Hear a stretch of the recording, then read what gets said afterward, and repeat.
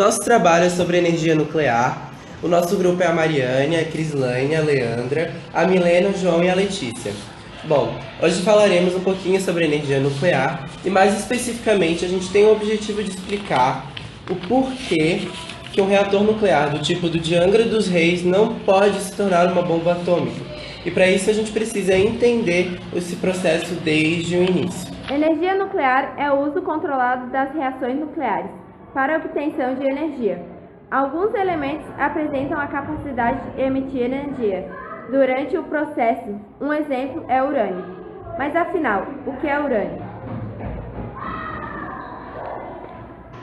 O urânio é um elemento radioativo natural e mais encontrado na natureza. Só que o urânio usado em usinas nucleares não é natural, pois é obtido a partir do processo de enriquecimento. Na natureza, existem vários tipos de urânio, que diferem apenas pelo número de nêutrons existentes no núcleo. O urânio mais comum é o urânio 238. O enriquecimento consiste em adicionar o urânio 235. Depois que o urânio é extraído da mina, ele é refinado e transformado numa espécie de pó amarelo. Esse pó é purificado para se obter o urânio nuclear puro. Depois, o enriquecimento é feito em grandes centrífugas, parecidas com máquinas de lavar roupa. Na fase final, o urânio já enriquecido é transformado em pastilhas. Aqui na minha mão eu tenho um modelo de uma pastilha. Elas são assim bem pequenas, tem mais ou menos 1 centímetro de comprimento. Agora, apenas uma destas tem energia suficiente para abastecer uma casa com 4 moradores durante 1 mês. Na última fase do processo, as pastilhas são armazenadas aí dentro, das chamadas varetas. Está pronto o combustível que vai abastecer as usinas de Angra 1 e 2. O índice de enriquecimento é que vai determinar o uso do urânio. Entre 3,5% e 5%, produção de energia elétrica. 20%. O urânio é utilizado em reatores que produzem equipamentos para o tratamento de câncer. Urânio a 90%, fabricação de armas nucleares. Hoje, apenas Holanda, Inglaterra, França, Alemanha, Estados Unidos, Rússia, Japão, China e Brasil têm autorização da Agência Internacional de Energia Atômica para fazer o enriquecimento. Por enquanto, grande parte do urânio brasileiro é enriquecida na França e na Inglaterra. A previsão do governo é que até 2014 o país esteja preparado para fazer todo o processo aqui. Todo esse processo é feito para que seja possível controlar a energia. Esse urânio enriquecido precisa passar por um reator para se transformar em energia. Para entendermos melhor tudo isso, precisamos entender o processo de fissão.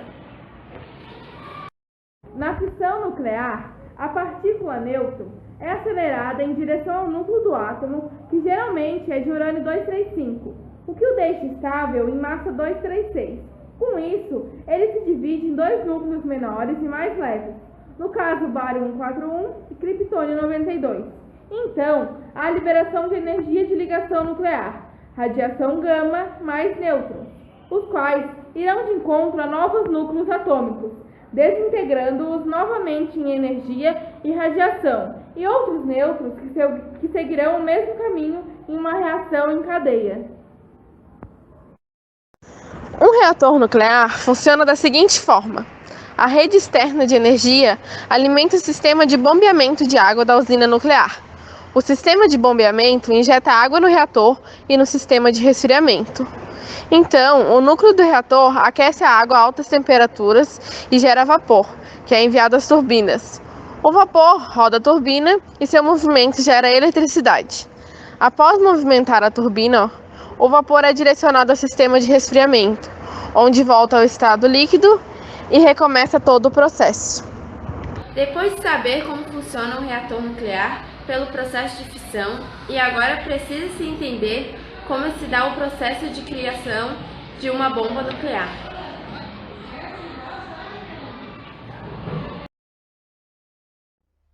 A fabricação de uma arma nuclear é um processo complexo. A primeira etapa consiste em construir a matéria físsil necessária. Pode ser usado urânio adquirido no mercado mundial, mas na natureza, este material é composto por 99,3% de urânio 238 e 0,7% de urânio 235, usado para produzir energia nuclear. Para serem separados, são necessárias centrífugas. O urânio 238 mais pesado é removido. O 235 mais leve é reinjetado na centrífuga seguinte. Um grande número de centrífugas é necessário para obter uma taxa significativa de urânio 235. Para as centrais nucleares, o urânio enriquecido a 5% é suficiente, mas para fabricar a bomba é necessário urânio enriquecido a pelo menos 90%. O plutônio 239 também pode ser usado como matéria físsil. Para produzi-lo, são irradiadas barras de urânio em reator nuclear antes da extração do plutônio. A quantidade de matéria considerada suficiente para fabricar a bomba é de cerca de 25 kg de urânio 235 e 8 kg de plutônio 239. A partir disto, resta apenas fabricar a própria bomba, um sistema de detonadores explosivos convencionais que irá ativar a reação em cadeia da fissão nuclear. Com isso, podemos perceber que tal explosão é improvável. O urânio 238 é inútil para reatores nucleares e mais ainda para bombas. Para tornar o urânio utilizável, ele precisa ser enriquecido, como vimos anteriormente, porque o urânio natural é composto de cerca de 99,3% de urânio 238 e somente 0,7% de urânio 235. E apenas o urânio 235 é capaz de sustentar uma reação em cadeia. Os reatores nucleares precisam de urânio pouco enriquecido, com uma concentração de até 20% de urânio 235.